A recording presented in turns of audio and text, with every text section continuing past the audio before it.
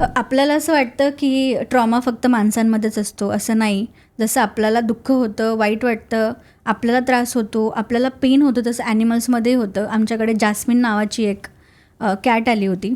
Jasmine Persian cat होती. Persian cat असतानाच फार सेन्सिटिव्ह असतात. जेव्हा आम्हाला कॉल आला जॅस्मिनसाठी, तेव्हा आम्ही तिचा पिक्चर बघितला आणि असं होतं की ती इतकी घाबरलेली होती त्या पिक्चरमध्ये, जिला अबॅन्डन केलेलं होतं. आणि 4 दिवसांपासून ती रस्त्यांवरती फिरत होती. तिच्या मागे कितीतरी कुत्रे लागले असतील, गाड्या लागल्या असतील. आणि जेव्हा आम्ही तिला रेस्क्यू केलं, ती कुठल्याच माणसाला हात लावू देत नव्हती.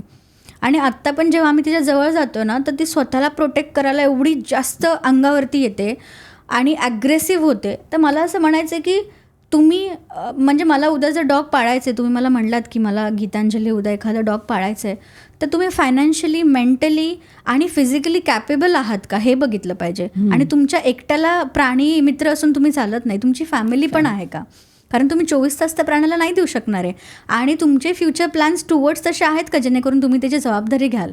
कारण प्राणी घरामध्ये आणणं म्हणजे फक्त असा एक शोपीस नाही आहे ज्याला तुम्ही साईडला ठेवलं आणि तुम्ही तुमच्या लाईफमध्ये पुढे गेलात. ते पण एक जीव आहे, तो पण एक तुमच्या फॅमिलीचा पार्ट असणार आहे. तो आजारी पडतो, त्याला वॅक्सिनेशनची गरज पडते, त्याला तुमचा टाईम हवा असतो. सो ह्या सगळ्या गोष्टी माइंडमध्ये ठेवणं इम्पॉर्टंट आहे. नाहीतर मग जॅस्मिनसारखी अवस्था होते जी कधीच माणसांवरती परत विश्वास ठेवू शकत नाही. सो आत्ता जॅस्मिन आमच्याकडे जवळपास 1 महिना झाला आहे. ती अजूनही कोणाला हात लावू देत नाही. आणि जर तुम्ही तिची अवस्था बघाल तर तुम्हाला माणूस म्हणून इतकं वाईट वाटेल की एखादा व्यक्ती आपल्या प्राण्याला असं रस्त्यावरती कसा सोडून देऊ शकतो. अजून एक गोष्ट म्हणजे तुम्हाला सांगायची झाली जिने आमच्या मनावरती फारच मोठ्या प्रमाणात परिणाम केला.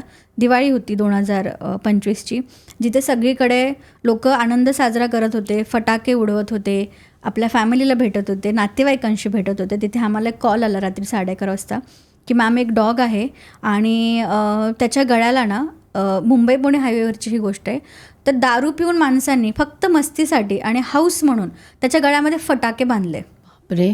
आणि फटाके बांधून आपण सिगरेटचे लायटर असतं ना त्याने ते जळवलं.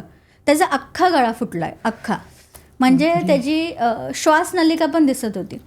आम्ही रात्री 11:30 वाजता आमच्या घरामध्ये सगळं दिवाळीचं वातावरण चाललं आहे, everybody is enjoying with their family. आम्हाला जेव्हा अशी केस आली तेव्हा माझ्या टीमचं असं होतं म्हणणे माम आपण गेलं पाहिजे, आपण नाही गेलो तर ते कुत्रं मरून जाईल. मग आम्ही जेव्हा तिथे गेलो तोपर्यंत ती माणसं पळून गेलेली होती. आम्ही त्या डॉगला बघितलं, आम्हाला वाटलंच नाही की तो रात्रभरसुद्धा जगेल. त्याचं नाव आम्ही नयन ठेवलं आहे आता. आणि जेव्हा आम्ही त्या नयनकडे बघितलं, तो तरीही माणसांना हात लावू देत होता, तरीही तो माणसांना जवळ येऊ देत होता. म्हणजे तुम्ही विचार करा ना, काय माणसाचा माइंडसेट असू शकतो किंवा काय एक मानसिकता असू शकते जेव्हा तुम्ही एखाद्या जो बोलू शकत नाही, जो सांगू शकत नाही, जो स्वतःहून डॉक्टरकडे पण जाऊ शकत नाही, तुम्ही त्याच्या गळ्यामध्ये फटाके बांधून फोडता फक्त तुमच्या मौज मस्तीसाठी. आज नयन आमच्याकडे आहे, खूप छान रिकवर होतो आहे. आणि तुम्ही ऑपरेशन केलं त्याचं म्हणजे तुमच्या डॉक्टर? हां, आम्ही ऑपरेशन केलं त्याचं. दुसऱ्या दिवशी डॉक्टर आले. ग्लॅडली मला हे पण वाटतं की मी जेव्हा डॉक्टरांना म्हटलं की मॅम अशी अशी केस आले, तर त्यांचं असं होतं की नाही, हे बाजूला ठेवूया, हे जास्त महत्त्वाचं आहे. सो मला आनंद वाटतो की अशी काही टीम किंवा असे काही माइंडसेट माझ्यासोबत जोडले गेलेले आहेत ज्यांना माझ्या इतकंच प्रेम आहे प्राण्यांवरती. आज नयन रिकवर होतं आमच्या शेल्टरमध्ये, पण जेव्हा जेव्हा मी त्याच्याकडे बघते तेव्हा मला असं वाटतं की जेव्हा ॲनिमल्स काही बोलू शकत नाही, आपली स्टोरी सांगू शकत नाही, तेव्हा आमच्यासारखे NGO ते काम करतात. तो पर्स्पेक्टिव्ह लोकांना समजून सांगतात. कारण बऱ्याचदा काय होतं, तुम्ही बघत असाल न्यूज चॅनेल्स किंवा दंतकथा काय सांगतात की कुत्री चावतात, डॉग बाईट्स वाढलेले आहेत, दर दिवसाला एवढे डॉग बाईट्स होतात, पण तुम्हाला कधी दुसरी साईड सांगितलीच गेलेली नाही आहे. म्हणजे उद्या जर नयन कोणाला चावला तर लोक हेच बघणार की तो चावला, पण त्याच्यामागे झालं काय हे कोणालाच माहीत नाही.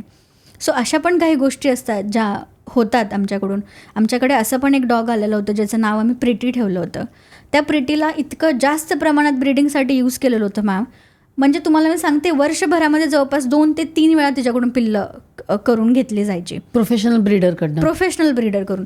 आणि ब्रीडिंग कधीच एथिकल असू शकत नाही. ब्रीडिंग इज समथिंग की तुम्ही जास्तीत जास्त फायदा करून घ्यायचा बघताय. आता तुम्ही जर एखाद्या ब्रीडरकडे गेलात आणि तुम्ही म्हणलात की मला एखादं लॅब हवं आहे, पण तुम्ही कधी हे विचारलं आहे का की मला लॅबच्या पॅरेंट्सला भेटायचं किंवा ह्या डॉगची आई कोण आहे, वडील कोण आहे, आपण कधीच विचार नाही करत.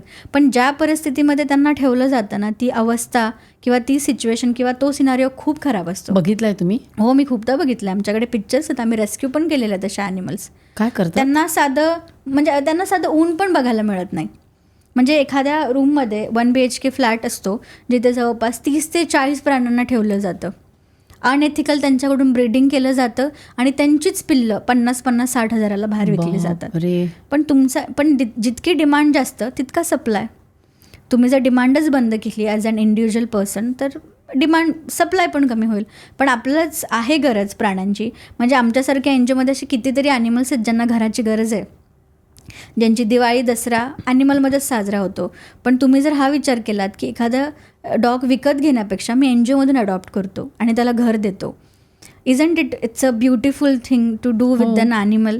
सो अशा पण काही गोष्टी पण असतात. हे सगळं लिगल आहे असं ब्रीडिंग करणं वगैरे?